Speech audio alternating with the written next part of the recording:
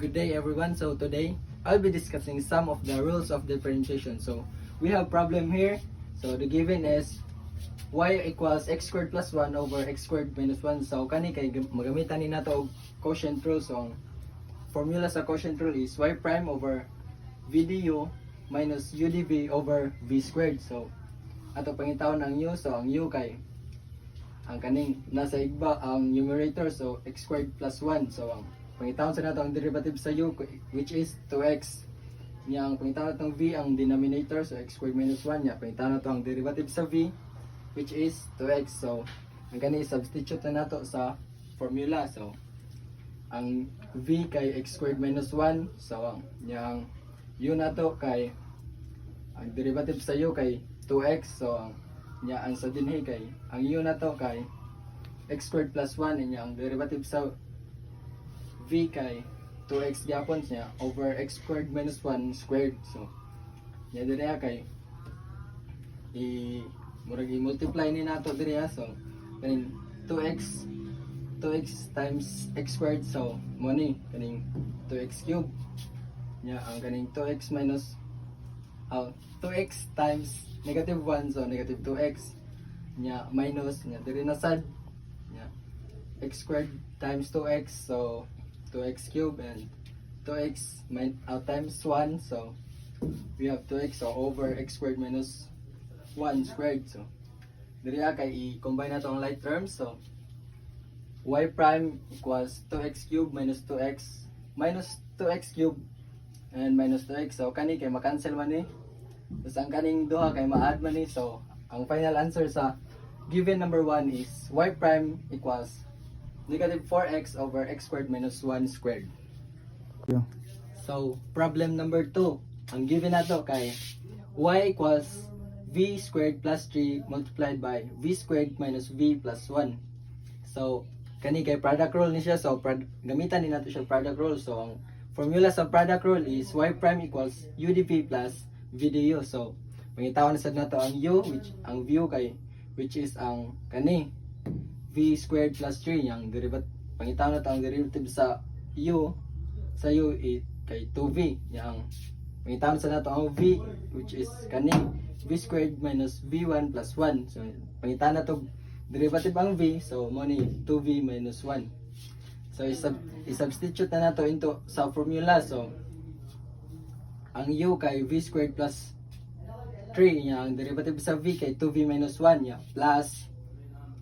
plus kaning ang v nato kay v squared minus v plus 1, nya ang derivative sa u kay 2v. So ang kani i-multiply din nato ang kani sa dire o ang kani sa dire.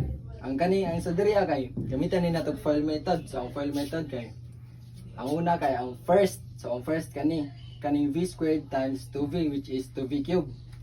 Tas ang sa second is ang outer. So ang outer kay v squared times negative 1. So mong natay negative v squared. Yang ika-third kay inner. So ang inner kay positive 3 times 2v. So natay positive 6v.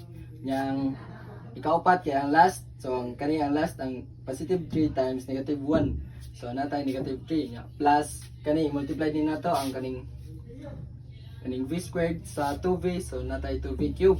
Yang kaning 2v times negative v, so natay negative 2v squared. Yang 2v times positive 1 is positive 2v. So ato final answer kay y prime equals 4v cube minus 3v squared plus 8v minus 3. Fire.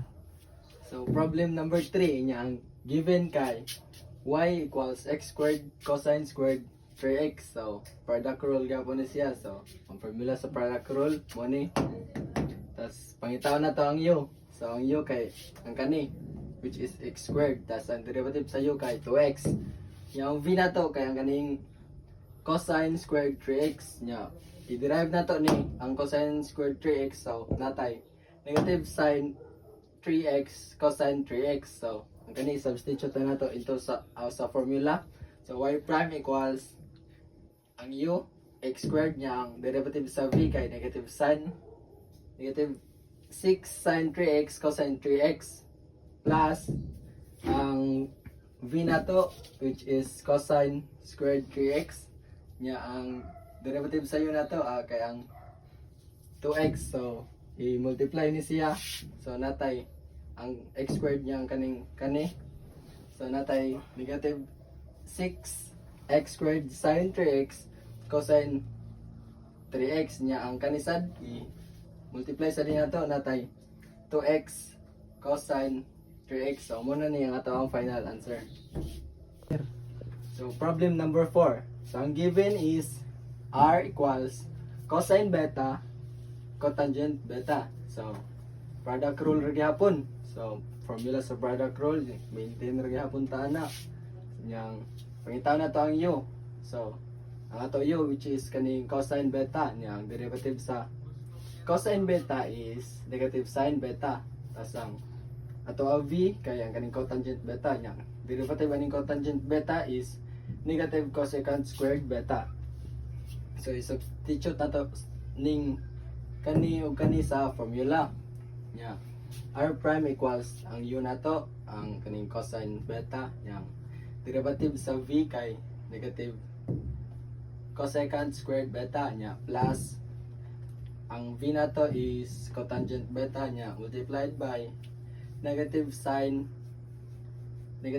beta which is ang kaning derivative sa u nya mo to i-multiply din nato sila nya ang kani sila, so moto cosecant, ang final answer nato is r prime equals cosecant squared beta cosine beta minus sin beta cotangent beta.